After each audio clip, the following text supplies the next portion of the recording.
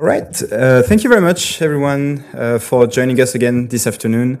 I hope that you enjoyed great discussions with the fellow participants during the lunchtime. We are going to start this afternoon session with a panel discussion. And the idea of this panel discussion and the main objective is to provide with an overview of the different use cases where digital assets make sense and the main industries that it is going to disrupt. So without further ado, please, Suzanne, for this panel. Thank you. So this panel is going to be a little bit different. We're going to have some slides involved. But prior to having the panelists explain their slide, if each person could introduce themselves again, we might have some new people here this afternoon who haven't yet met some of the panelists. So I'll start with Ken. Just your name and your organization, please. Hi, I'm Ken Timsit from Consensus and the EU Blockchain Observatory and Forum. Hello, I'm Ivan working for BPI France. It's a French sovereign fund and we inject 30 billion each year in the French economy. My name is Gerd Hartung from Deutsche Börse. I'm part of the new markets team that has consolidated all the blockchain DLT activities across Deutsche Börse Group. Good afternoon. My name is Guido Stromer, and I am co-founder of HQLAX. Hi, my name is Baptiste, and I work for Meta Capital, a real estate investment manager. Thank you. And the title of this panel is an overview of implementations and use cases for tokenization. So Gerd is going to start off speaking to his first slide. Thank you. So I'm trying to use just a couple of minutes to explain the use case, to show you what we're trying to do, what we're up to. And I'm coming to that slide in a second. So virtually, I'd like to give some background. Why are we doing this? Secondly, how does it work? And thirdly, where are we in the process? So what is the background? So the background is coming from the global financial crisis and the regulation following the global financial crisis. And that is that the banks are required to hold sufficient substance these days on their balance sheets. So this is called HQLA, high quality liquid assets. So banks need to hold sufficient high quality liquid assets on the balance sheet to fulfill different regulatory measures. Now, what has evolved on the back of that requirement is that a market has been created, which is called the collateral upgrade downgrade market, because it's very natural that one day you will be long HQLA, so you will have excess assets sitting on the balance sheet, whereas on another day you may be in need. And this is where banks have started to trade HQLA. So think about HQLA mainly as being securities, let's say AAA government bonds, G7 government bonds, US Treasuries, German Bunds, French OATs, this kind of stuff. And there are transactions out there in the market where people say, I need HQLA, so send me a basket of HQLA, so a number of securities that fulfill the criteria, and that's going to be collateralized by another basket, which is non-HQLA. So this is why it's called upgrade-downgrade transactions. Now, what is the problem with these transactions? It's not to conclude them, it's to settle them, because you will find these securities sitting in different depositories or custodians, and you have the challenge to ship them over to your counterpart. And in today's environment, there are only two ways how you can do this. Either you deliver these security baskets free of payment. And it's very clear that you encounter immediately credit risk until the securities arrive. The alternative, the second option that you have, is to deliver these securities versus cash. So in a DVP mode, both sides, same amount. But then you need to walk up to your treasurer and raise the liquidity, which creates yet another issue. So, and here comes the idea of the use case, which then will lead to that slide. And the idea of the use case is to say, hang on, if you have your assets for good reasons in one of the depositories, just keep them there. We will lock them away in a box. We will lock the box and we will take the key and put the key on a DLT. And once both keys are on the DLT and the boxes are filled correctly, then the keys can be exchanged. So this way, we have an atomic swap of the baskets, but we don't need to move the assets. So the big advantage here is really mobility of securities, availability of securities represented through this layer of blockchain. And here you see that this is actually going through 4 layers, but in essence, it's 3 blocks. So when you look at the top, this is known infrastructure. It's an MTF. It's Eurex repo where the trades are concluded, the upgrade downgrade trades. When you look at the bottom, this is the depositories where the respective securities are deposited. And it's an open system, so any custodian can join the system. And then what we've put in the middle is kind of the administration of the keys for the boxes. And this has 2 components. One is the ledger, the register itself, which is the blue layer, which we call the DCR layer. So this is where the change of the keys happen.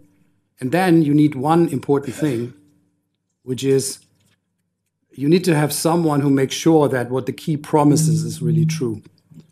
And that's a trusted third party. So this is an entity that makes sure that the boxes are filled correctly according to the criteria defined, agnostic to all custodians in the same way. And that then will have, if you like, the ledger as the register for the keys, and therefore the indication of the ownership to the assets. So that's how it works. And now I finish off in where do we stand? We have, I think, Guido, you correct me if I'm wrong, 13 customers under NDA that are currently in the process of being onboarded into the customer simulation environment. We will start customer simulation next month. We have issued the rule books that are necessary to support the model, and we hope that we will be live with first transactions later in summer. So Q3 is the target to have transactions on that use case. So I will leave it there. Okay, thank you very much. Next, we will have Ivan speaking. Yes, so the colors are quite ugly, so everybody is watching the slides. Sorry. So to give an overview of what BPI France is doing, we are a public bank. We finance the economy. So we do loans, we do direct investments, indirect investments, we do export insurance. Everything we're doing is trying to boost the French economy. So today we are financing the blockchain ecosystem, including also banks, including startups, including investment funds that are working or using digital assets. But the size is it's still limited. Like our direct support to blockchain ecosystem might be 100 millions with the funds of funds investments. And every use case we're working on is the objective is the tokenization of the economy. Because if we have a tokenization state, then we are not only financing the ecosystem, we are trading digital assets. And this is where we see the best use cases, because it's directly linked to our activity. Of course, we're working with large groups like Kering, LVMH, L'Oréal on the supply chain use case, which is a classic blockchain use case. We finance some projects, we have some interest. But for this tokenization use case, we are directly concerned, and we have the strong conviction that our financial job, the structure of our jobs, of our organization, our back office, our middle office, our front office, will clearly change. And we have strong conviction that this will create tremendous value, because it will create more liquidity between the funds. It will facilitate the it will facilitate the financial transaction. Of course, this path is, I would say, bumpy. We need heavy regulation. We need to modernize our infrastructure. We need to train our people. So this is the objective, and part of my job is to get there. So I'm not working. I'm not sleeping that much. But again, I think that we all share a strong conviction that the tokenization is really the best-in-class use case, that it can create tremendous value. It can upgrade our economy, and this is also a strong conviction at Bpifrance. Yes, sorry.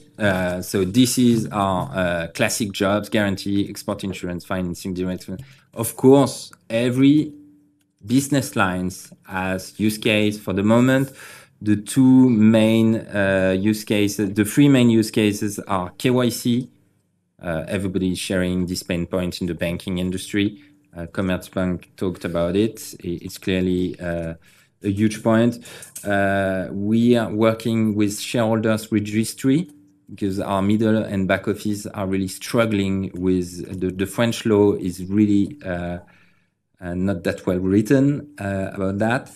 And of course, we are working like many banks and with the Caisse des Dépôts, which is our shareholder, on a stable coin, because we can clearly see that the transition between the classic financial world and the blockchain, and I dare using the word crypto world, needs stability, needs some bridges, and stablecoins seems a really interesting use case to stabilize and ensure both worlds that they can work in a better way together.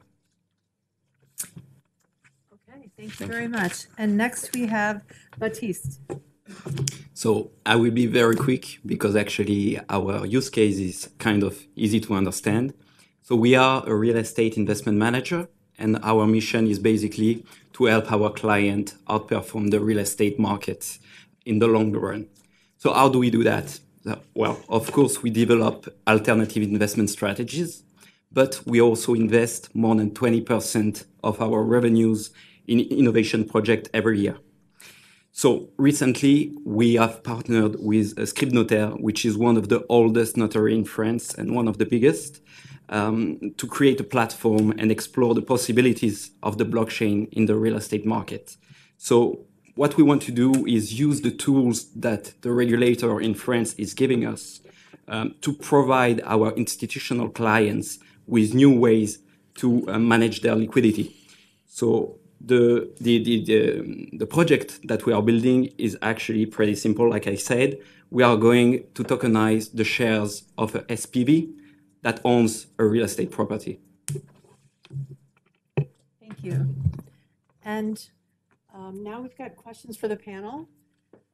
Some of this we've already literally just covered, but I'm going to leave it open to additional use cases. Oh, sorry. That's right. Oh, Guido? Oh, Gerd was doing the slide on behalf of Gerd and Guido. Maybe I should have said that a bit clearer. You remember the slide I showed you? Guido is the startup man for the blue layer. That's HQLX. So we are working in cooperation. So this is a cooperation between a market infrastructure that's for the trade layer and the trusted third-party custody layer, together with a startup that's kind of building the ledger. So we are working in cooperation there. Gerd likes to bring me along, but he doesn't want me to talk too much. So You write the slides and he gets the credit. Okay, well, Guido, then let's start with you for the first question. big mouth, yeah. Okay, so obviously there's a lot of different ways that digital assets can impact industries. In addition to some of the ones that we've just seen, what are the most promising use cases for digital assets? Well, excuse me, but I think I will refer to the use case that that we are developing right now in conjunction with Garrett with the HQLX operating model. Garrett outlined the essence of the use case and the value drivers for the banking industry. But maybe what I can just highlight really quickly is that when we first started designing this operating model with a group of 5 global banks, the key message that we received from these banks was, yes, first of all, drive for a solution first, and don't necessarily let the technology drive what the solution should look like. So be very clear as to what the value drivers are. And in the case of HQLX, the banks definitely bought into the fact that this would potentially be a game changer. But the key point was that when it became time to come to market, which we're doing now, is that the banks told us that they would not be in a position to go through a big bang change in terms of changing the overall piping, if you will, to how they connect to the securities lending and securities settlement system. So the solution had to be one that could fairly easily be onboarded by clients, because without that ease of onboarding, quite frankly, it would never come to production, and we would then never be able to achieve the market adoption that we're trying to solve for. So in some ways, the initial, I think, MVP, minimal viable product offering that we're coming to the market with is maybe not the most refined, if you will, because we're taking baby steps in this journey. But our goal is to provide value in the very beginning, get a core group of banks interested and involved in using the product, and then using that network effect to build and enhance the platform going forward. Thank you. Ivan, would you like to add? Yes, BPI France is doing, and part of the money comes from the European Commission. So thanks a lot. We are doing innovation concourse, and we have great entrepreneurs, great researchers that have great ideas, and not only ideas, that have MVPs, and we finance the development of these ideas. So we see many different use cases.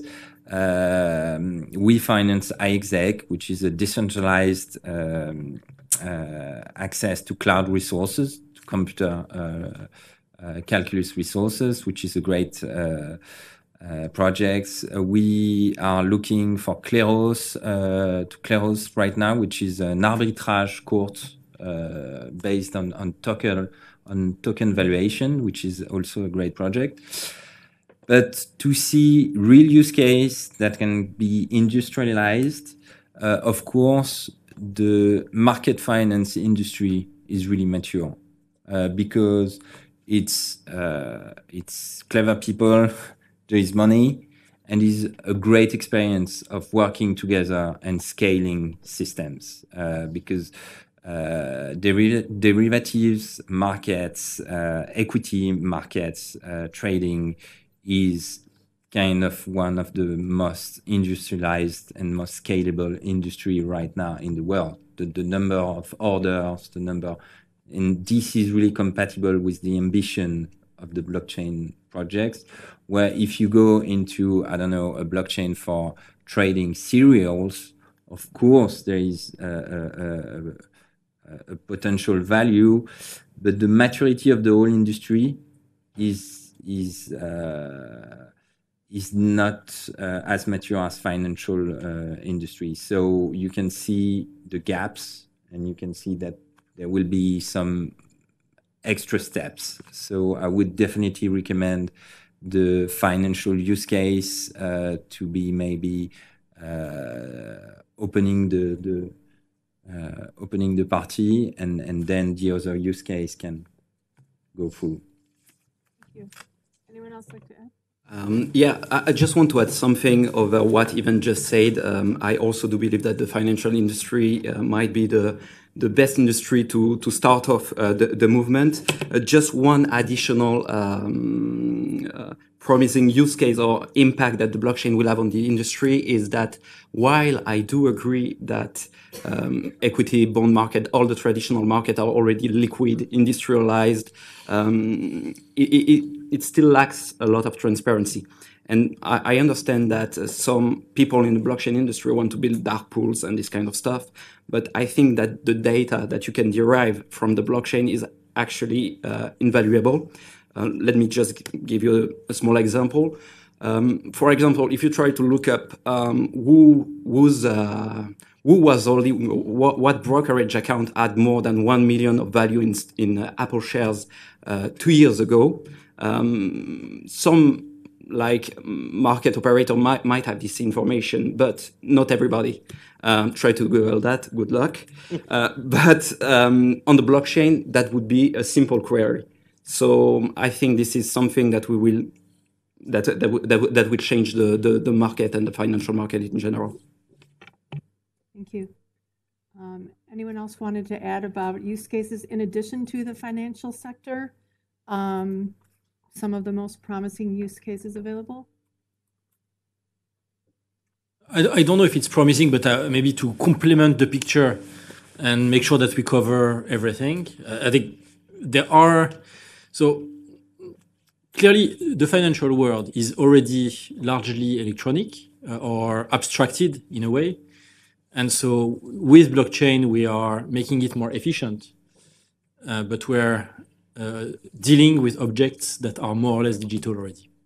I think what I found interesting in some of the projects that we're doing in the luxury goods sector, for example, is that in those sectors, there's already kind of a vision from creators and designers that physical objects will have a digital facet as well.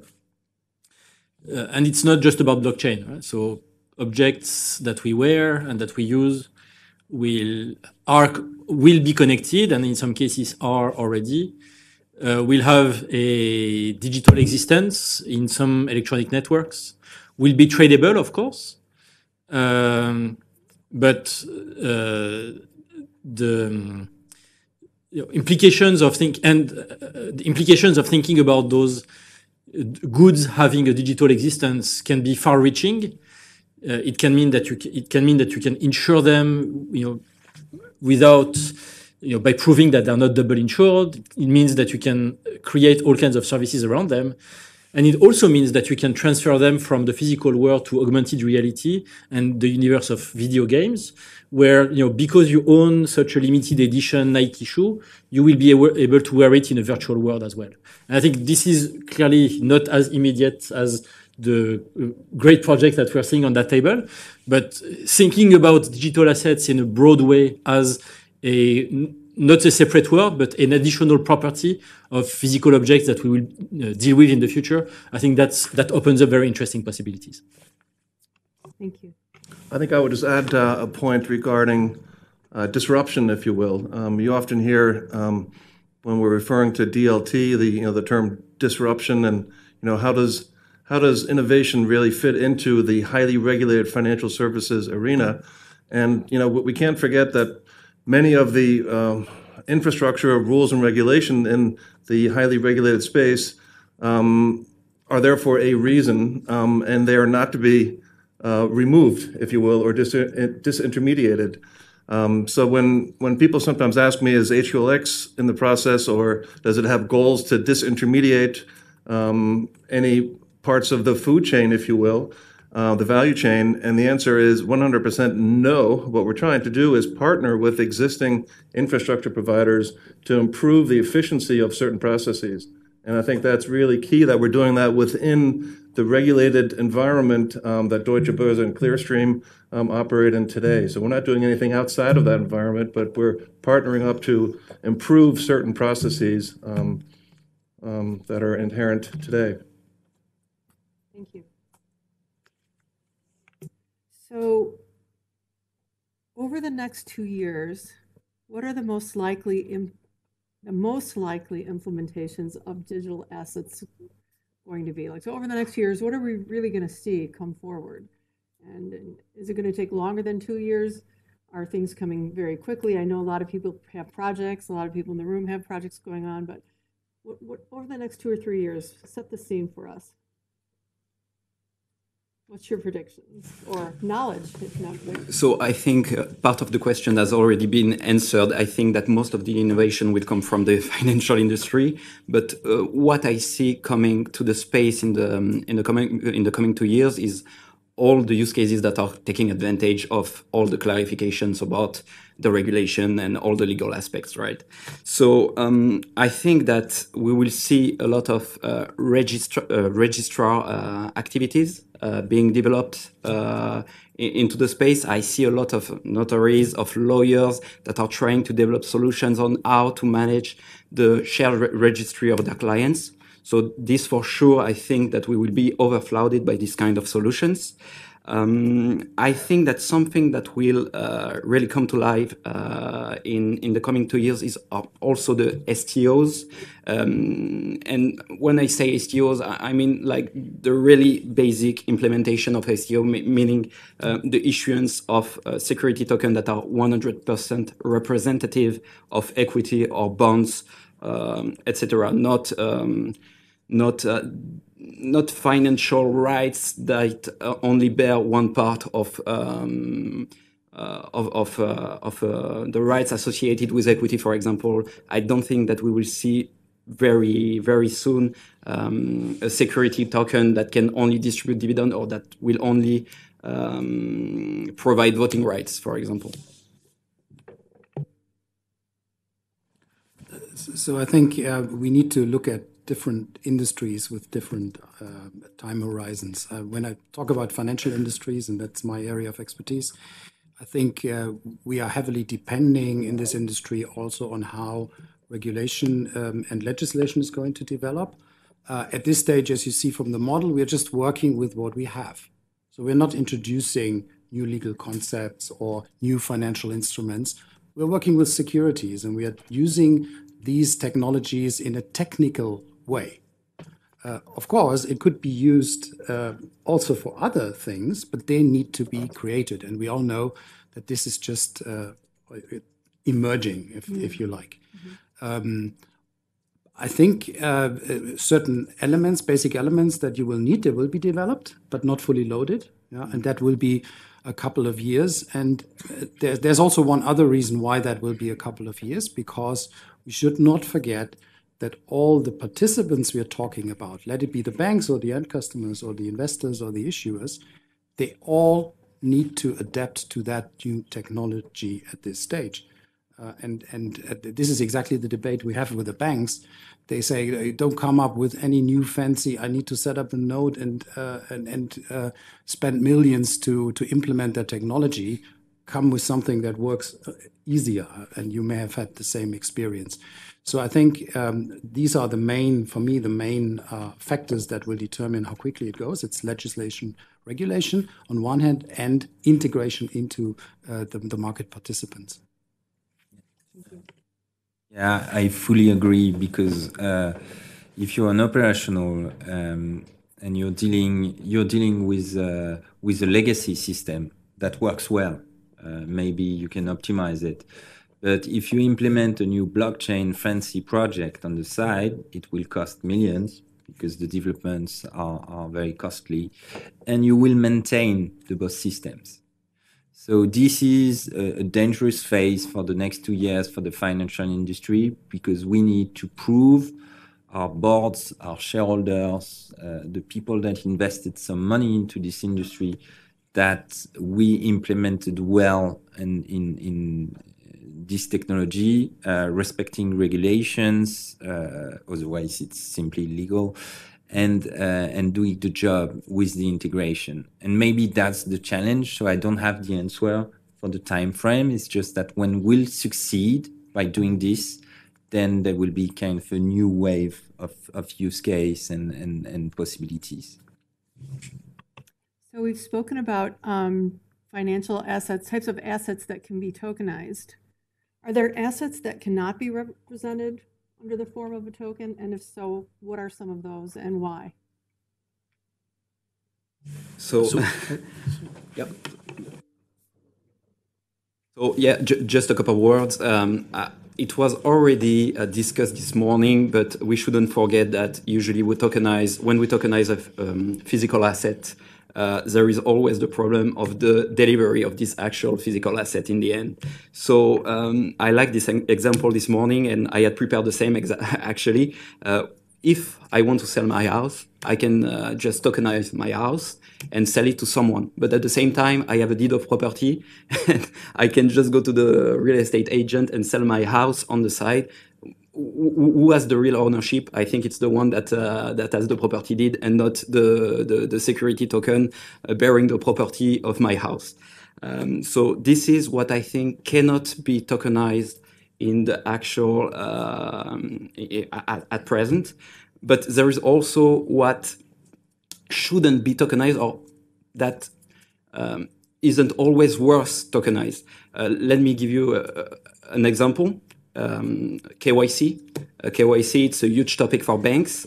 We all want to share the information that we collected from our customers in a more or less private way. This information has a lot of value. If I can get the KYC from another operator that had already performed this procedure, I'm saving a lot of time and money. But now, let's say that this information is not used by only the participants that are supposed to use this information. I'm destroying literally the identity of the person that gave his information to the blockchain. So yeah, this is my take on what cannot or what shouldn't be tokenized. Yeah, and so in addition, there's clearly prioritization of asset classes that needs to happen based on how large are the current inefficiencies and what is the business case for investing in additional technology. So right now, if we look around the world at most of the blockchain-based projects, they revolve around 4 or 5 categories. Category number 1 is company shares. It is particularly private shares, like in the case of what the Singapore Stock Exchange is doing, but it is also shares in listed companies in the case of the Liquid Share project in France. Second class is PE, real estate funds.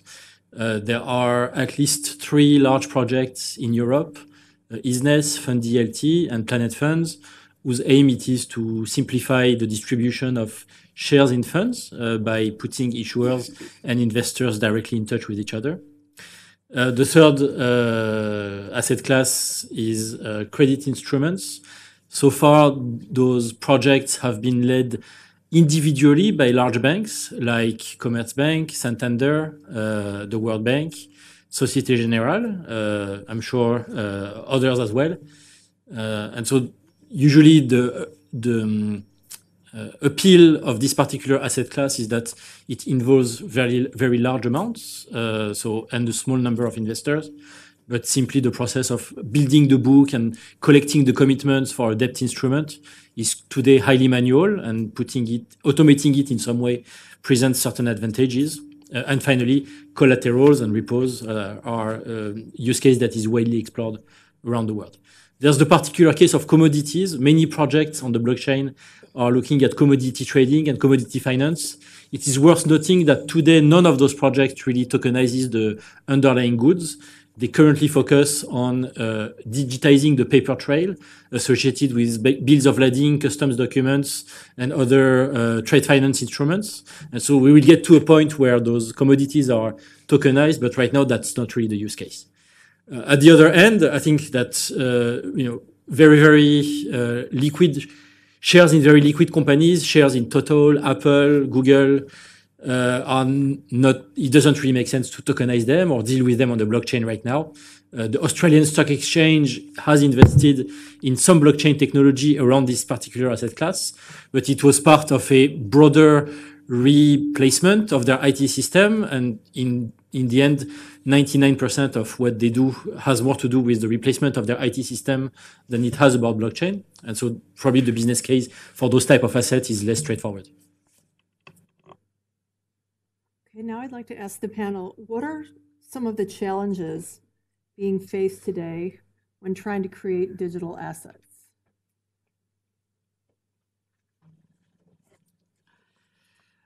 So maybe speaking from the experience we had in our project, I think the first and foremost is to have the right use case.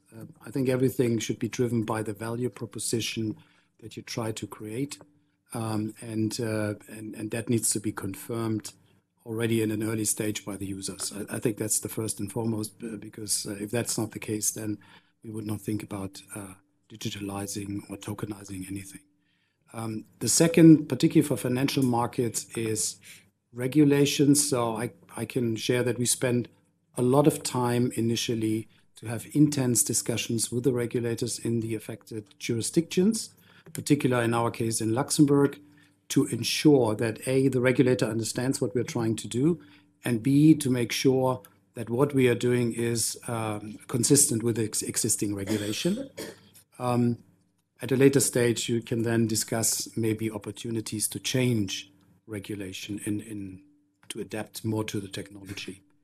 And then thirdly, this is what I already mentioned, you need to make sure that you have a really seamless way to integrate that in existing environments of the users that you're targeting, because if you're putting up too much of a burden, you won't get up the critical mass for usage.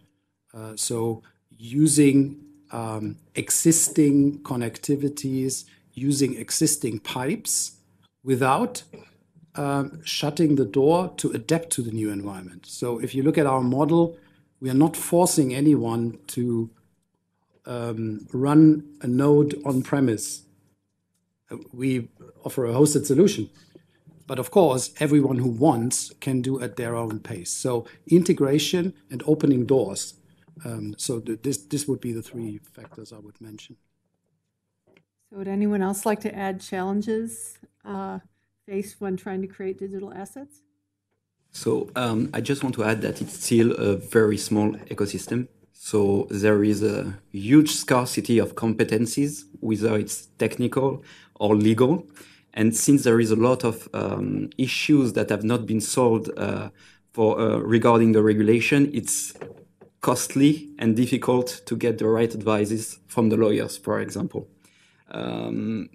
So it implies a lot of cost and efforts upfront that you are not sure to be able to pay off in the future in a very operational way.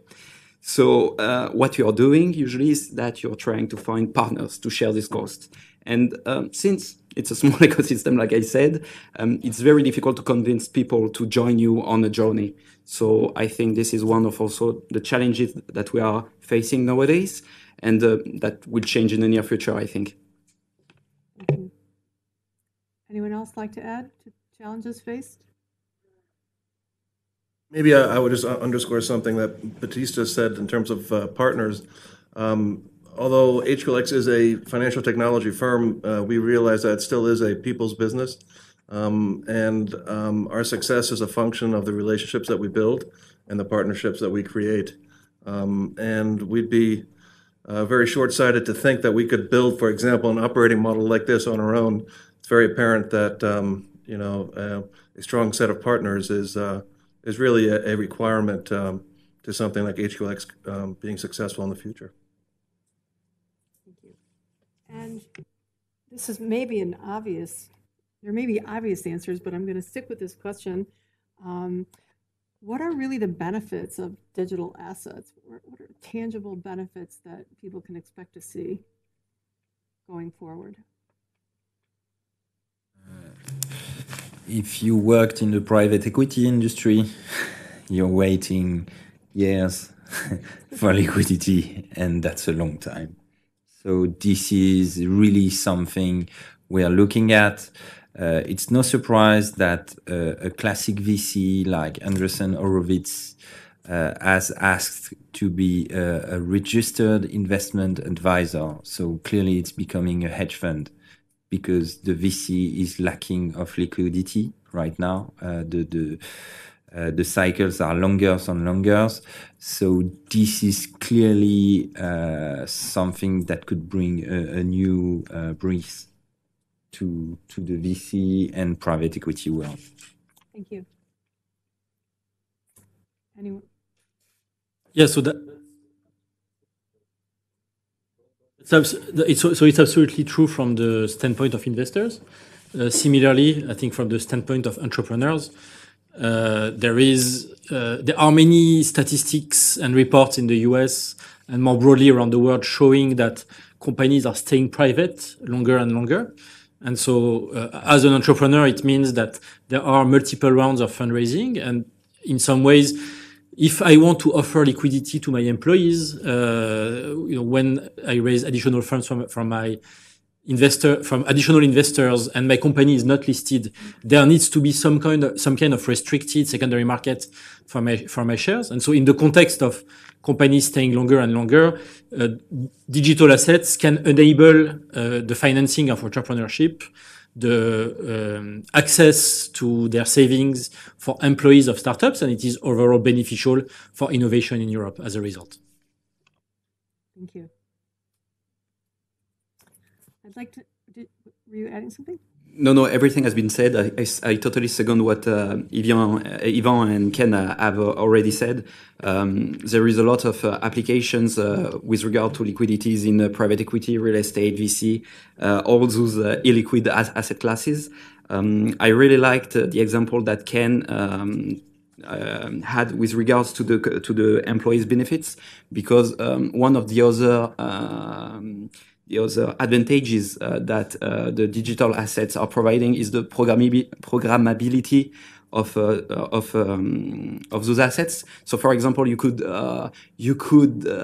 program the fact that if an employee is leaving the company within 2 years, his bonus or asset classes are directly transferred back to the pool, to the general pool. This is the kind of thing that you can program upwards, but you can also program like on actions like specific right to information, all of this, automatic dividend distribution, all of this can be done with the digital assets, and it's way more complicated to do it with traditional ones. So yeah.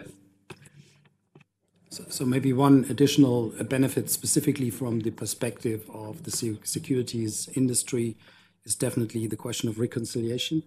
I mean, everyone who's worked in this industry knows that reconciliation is a nightmare. It also is a nightmare in other industries, as I understand more and more. And it's very obvious that the principle of you see what I see what you see is very helpful. So I think this is really a huge advantage that this digitalization can bring. Where I think it becomes more and more apparent to me that it's generic across industries rather than specific to only security industry. But there it's really heavy.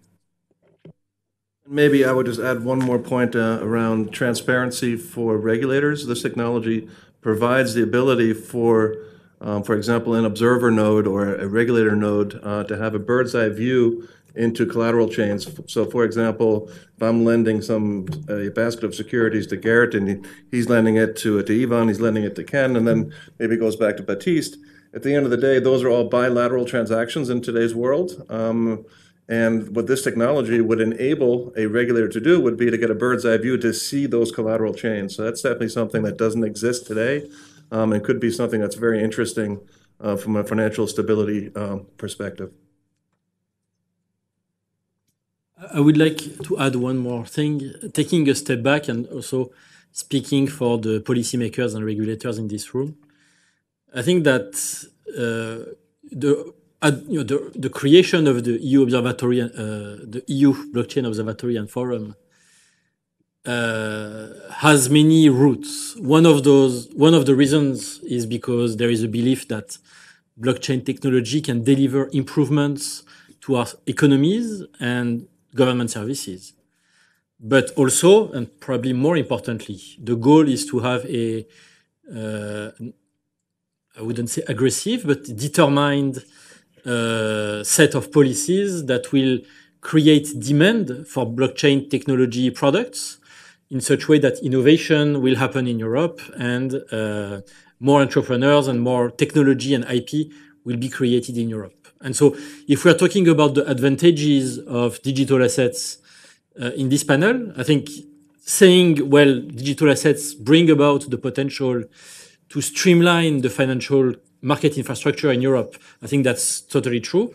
But that's not the only reason why we should implement regulations and subsidies to promote that technology. The other reason also is because we want Europe to become more of a capital markets innovation center for the rest of the world. And so we want to promote that technology, not just for the benefits of our market infrastructure, but for entrepreneurial innovation to happen in Europe. Thank you. And now we have time for any questions from the participants in the workshop, or if anyone has an implementation or use case for tokenization that hasn't been covered and they'd like to share that as well. Or any questions?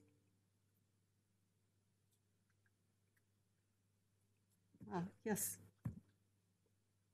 You two young men, you seem like you've been into these financial markets for a long time. How you find this new technology compared to the old ones that changed in the last 30 years?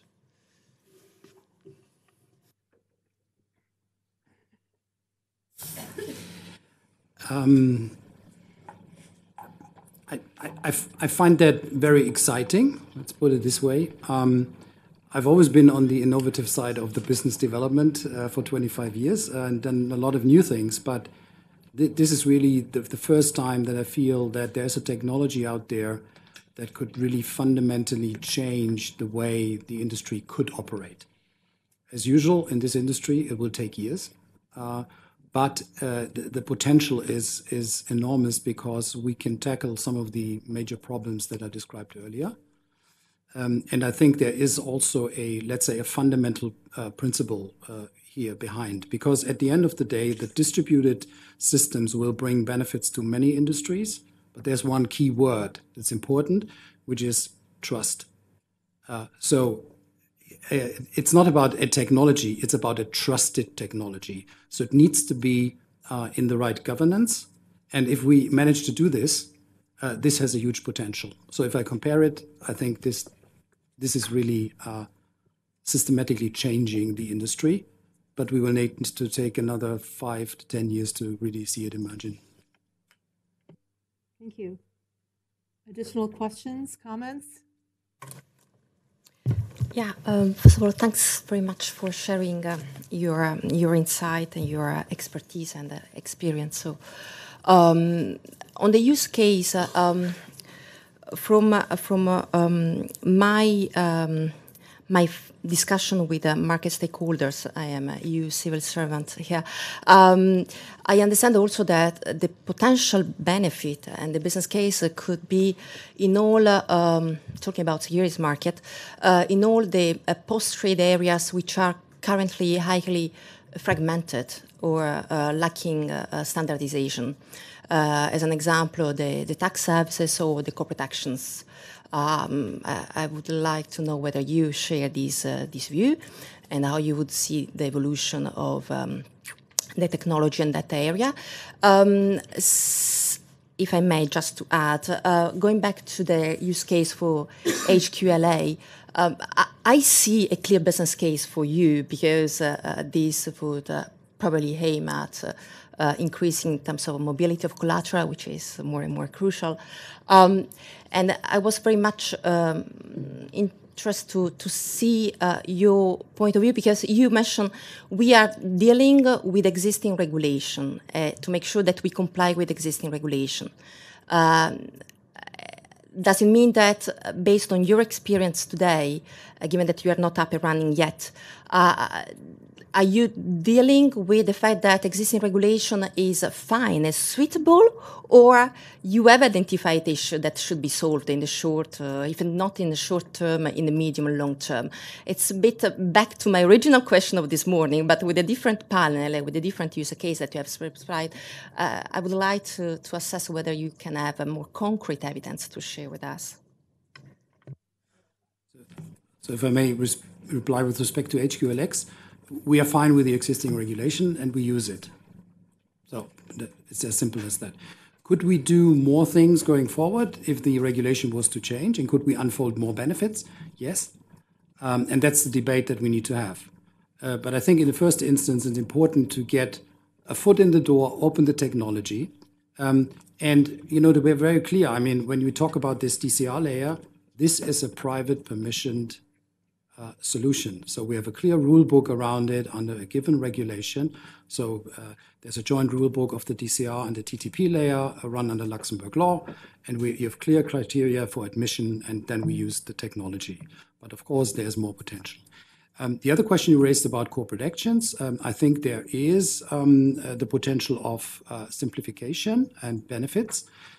Because, as was mentioned earlier, corporate actions can be dealt with in a more efficient way on such a system. However, I'd like to make the caveat that's in the direction of the tax legislation. It can only bring the benefits to the extent that tax legislation is harmonized, and we all know what the state of affairs is in Europe. So that's to be kept in mind. Additional questions? Yes. This way? Oh, yeah, perfect. Hey, I'm Veronica, Frankfurt School Blockchain Center. And I have a question, like, I wonder if not, before we see the trading of financial products being traded on a blockchain, what about the whole gaming industry, I wonder? Because there we have, like, digital native products, and I feel like this could be even, like, earlier being traded on a blockchain than financial products. Do you make the effort to look into this space just for the sake of like learning from it? So I can answer this question. Merci. So I'm a huge fan of gaming. So so I know that there is this fantastic project that is called Engine Coin that has partnered with Samsung recently.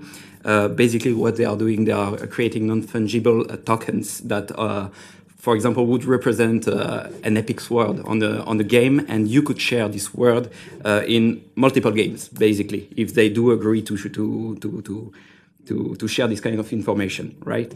So I think there is a space for this kind of market. Now, I don't think that any actor of the financial services has already tackled the problem of creating a secondary market for that. I'm pretty sure that it will happen at some point. There is something that is decentralized on the blockchain already happening. You might have like CryptoKitties, etc. You know the website.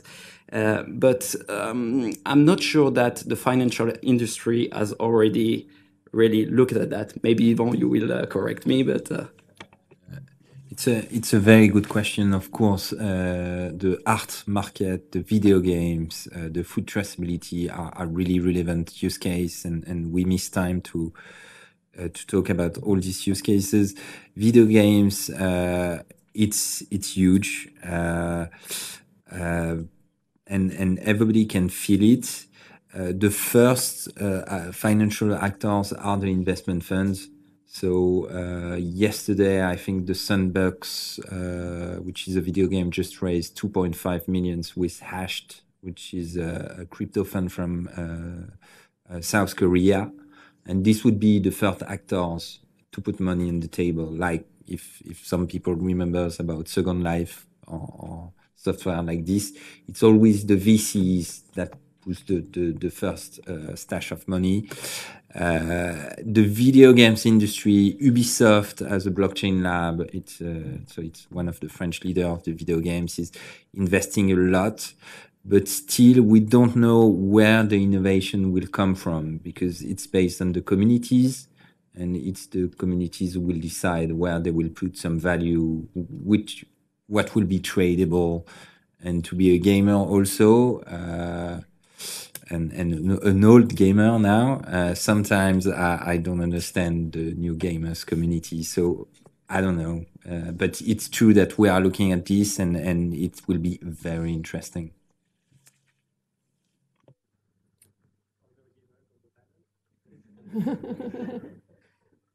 We've got another comment or question? Yes, hi, I'm Gundar Sostrovskis from the European Commission, from the Financial Services. I just wanted to make a small comment when it comes to the liquidity features of some of the markets, or let's say the promise that blockchain may give in terms of making some of the markets more liquid. I have to say, I mean, I'm not so persuaded about this argument myself, because if you look at the private equity, for example, I think there's a good reason why you have the risk-reward correlation, not the correlation, but let's say relationship there as it is.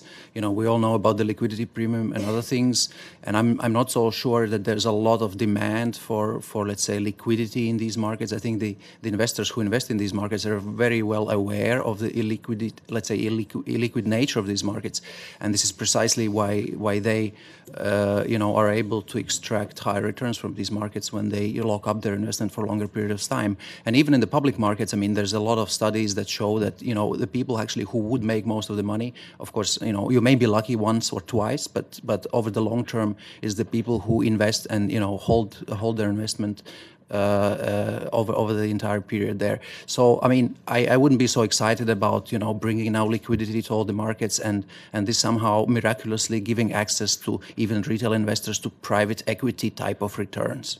Thanks.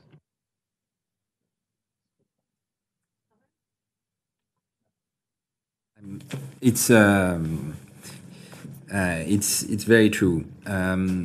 Like also the ESMA announced some extra liquidity from the STOs. We don't have the answers yet. We don't know if SMEs in Europe, if this technology and this movement will bring extra liquidity from nowhere in some way, because the financial markets exist.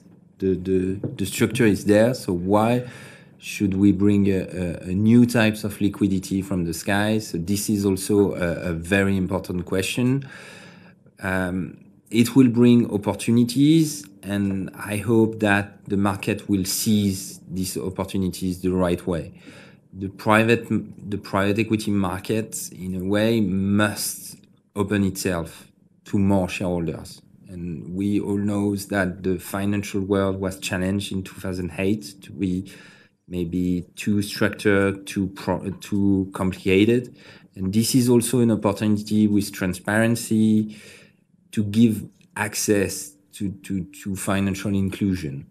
The equation, the financial equation, I agree with you. If you want 30% IRR, you need to be a few people. And there is a balance to find, and maybe we'll go through some bumps, that there will be some crisis, some liquidity crisis where digital assets were supposed to bring more liquidities. And this is how this industry will mature and the digital assets will mature. But you're definitely true, and I don't know what will be the path. Thank you. Are there any additional questions before we begin the workshop portion? I noticed the back of the room has been fairly silent. Maybe it's like it feels a little bit like we're at school. So someone from the back, maybe you want to contribute?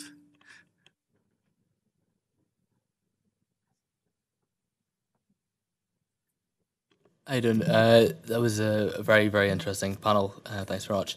Without wanting to detract from the panel, I just wanted to ask maybe the panelists and the Commission why we've had 2 all-male panels today.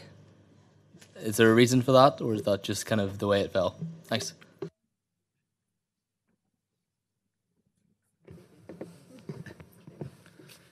Thank you very much for that point. So this is a very important remark, and I think that you know as well as we do that it's very unfortunate that there's no more female in the field. We have tried truly our best to keep the balance as best as possible, as we always try to do. This is something that we haven't managed to achieve for this workshop in particular. I just want to point out the fact that for other workshops, actually the tendencies have been reverse. For example, in December, we had much more balance in our workshop. So this is indeed a great point that I think that should actually be taken for everyone in the industry? This is an important question that we should all solve. Thanks very much. Just maybe if then I could ask the panel how we could encourage more women to get involved in the field or more diversity in general. First, we have our proper responsibility. So, to give you an example, Nadia is there from the Caisse des Dépôts. I would recommend her because she's a great panelist. And if you need any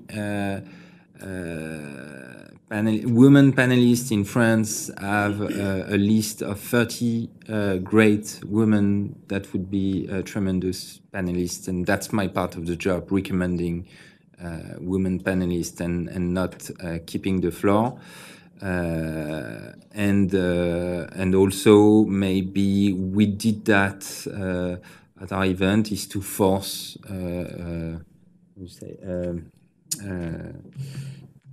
to force one man for one woman. Parity, gender parity, sorry.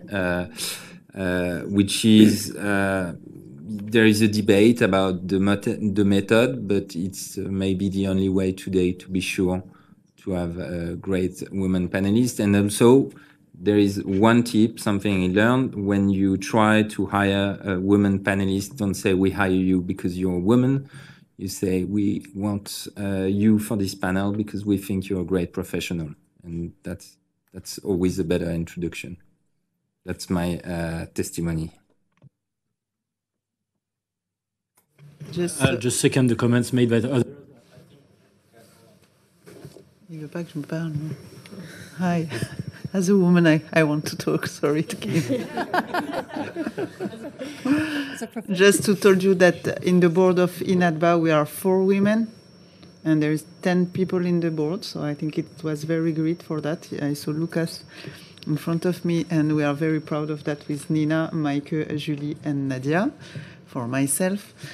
And I think in few months you will have a surprise for the Women for Blockchain. I don't say more about that, but we try to organize ourselves on the subject. But if you want to talk about finance and blockchain, I can do it with you as a lead of LabChain. Did you have? I think the moment would not be well chosen for me to not close the conversation. So we should move on. Okay, so let's give a round of applause for our panelists, and thank you very much.